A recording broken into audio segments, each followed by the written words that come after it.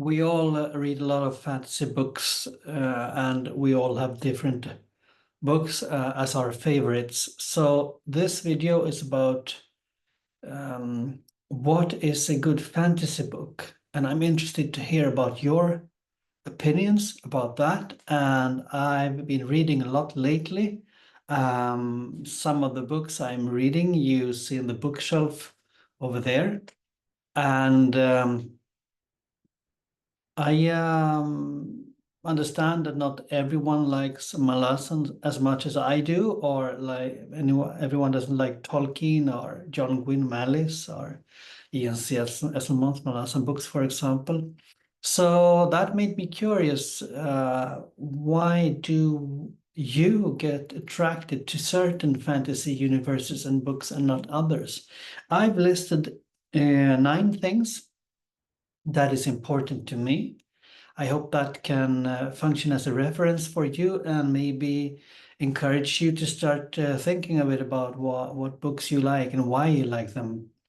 First of all, I like fantasy books that give a sense of history, that something has happened before.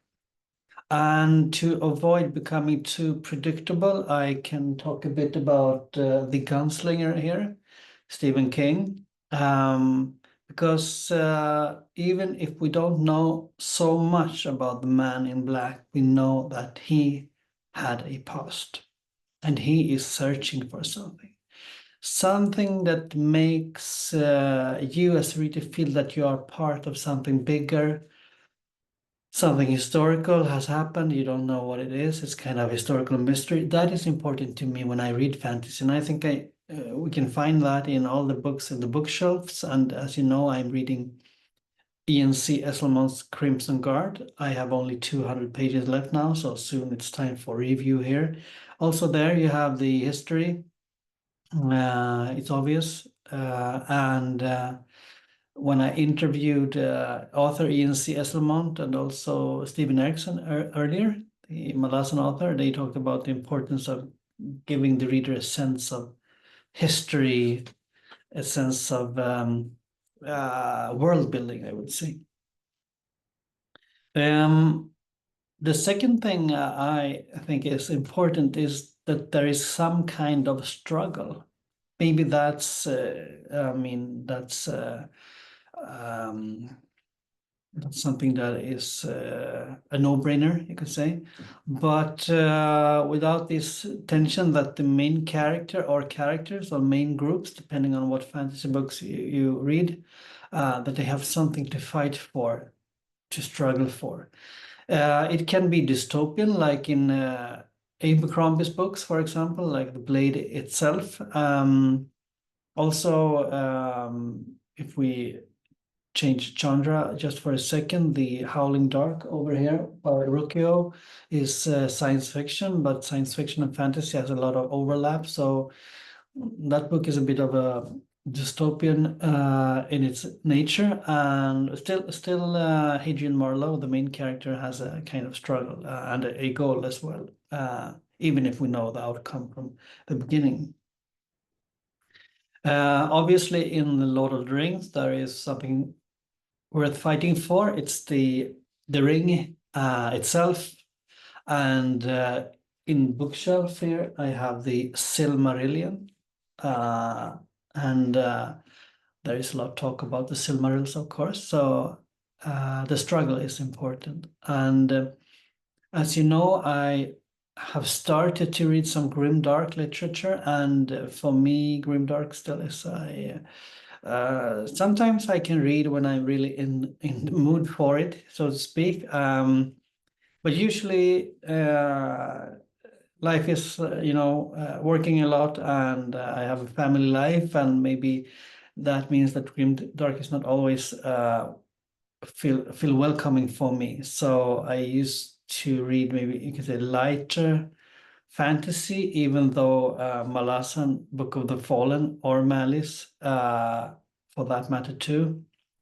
it's not a walk in the park. That goes for Black Company. Glenn Cook over here, you see him there. And one of the inspirations for Stephen Erickson and Ian C. Esselmont when they wrote the Malasan books. The third thing I would like to highlight is nature. And for me, the environment is important. That it is atmospheric. It's not only the nature. It can be the environment itself. It can be sound. You know, our five senses, and but the author has the skill to describe that in a good way. I think Ian C. Eslamont is very good at doing that. Stephen Erickson too, of course. In Dead House Gate, we have this whirlwind, difficult word to say.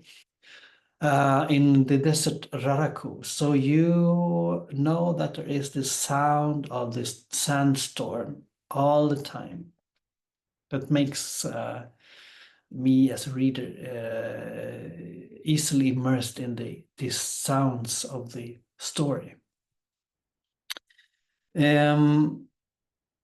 Sometimes nature can be just desolate, like in The Gunslinger in Stephen King's first book in the Gunslinger books.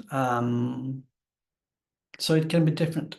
And in Malice with John Gwynne, we have a lot of beautiful described nature, form of forests, for example, and that goes for Silmarillion too. And Ian C. Eslamont has a lot of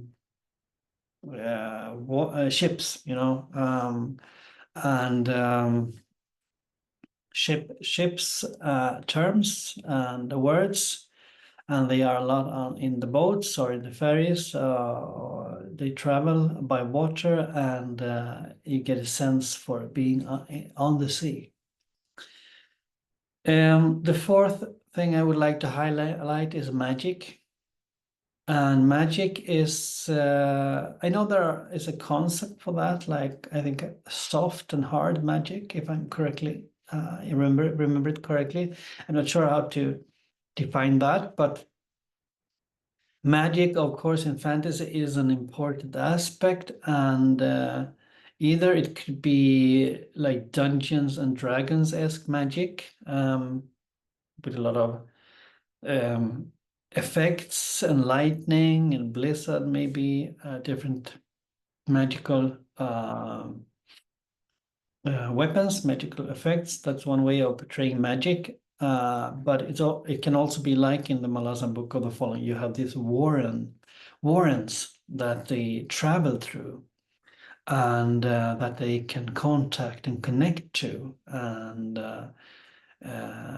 so that is kind of magic that is difficult to grasp for the reader, and by doing so, it becomes mysterious. And when it becomes mysterious, maybe it becomes magic. I'm not sure what you think, but magic is an important part for me when finding fantasy books and worlds that are attractive for me.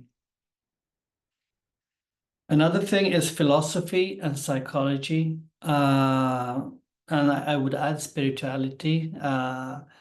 All these three together is important. That it's not just it's a fantasy quest book going from A to B. There is more to it. It could be values. It could be life lessons, and I can develop as a reader when reading it from a philosophical, psychological, and spiritual point of view.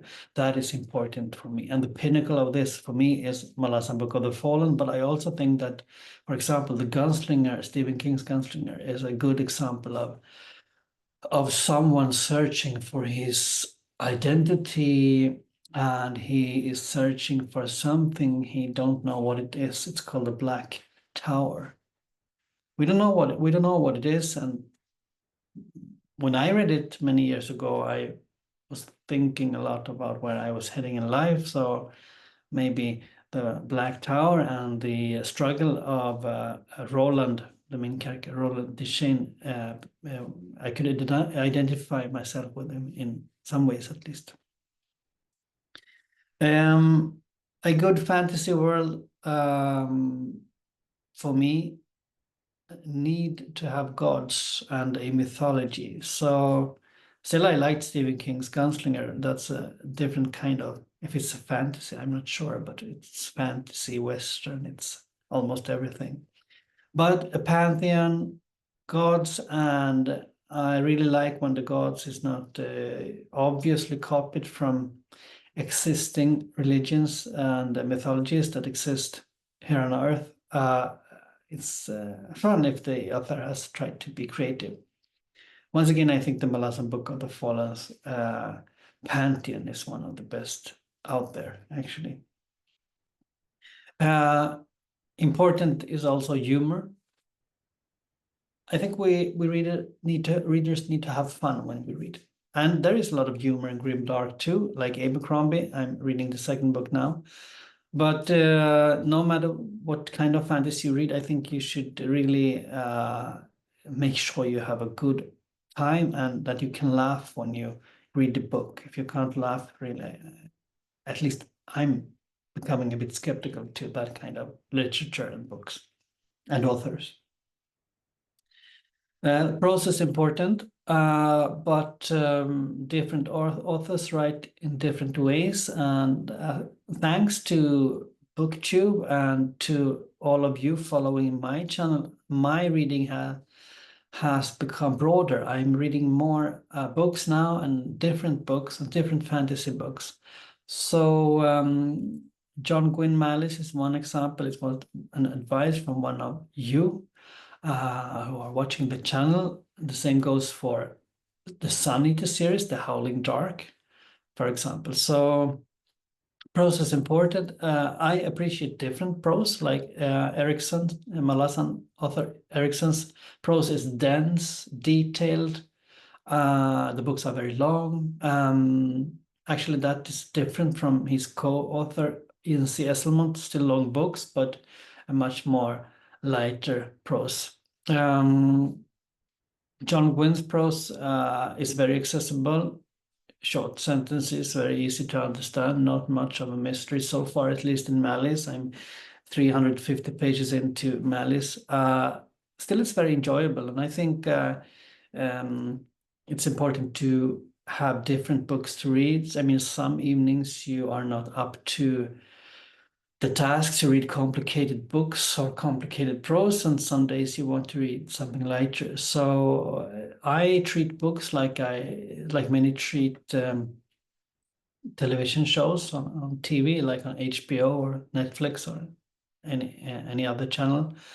I suppose I watch series too, but I'm not so good at that. And I suppose you can watch different series during a week. So it's the same for me with books. I can read 3 or 4 books during a week. So I'm swapping books to get a new reading experience, and I really like that. That's not for everyone, I've heard here on in the comments, but for me that has been great.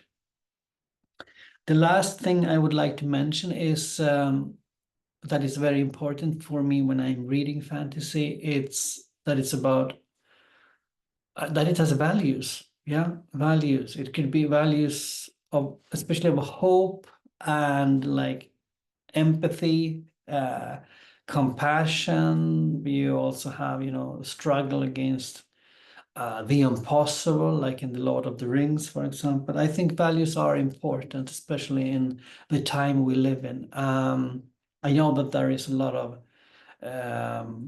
grimdark and dystopian fantasy books out there. Some are good, I know, but still, for me, when I read, I would like to give or to read a worldview that I like. So for me, that's enjoyment. For you, maybe it's not so important.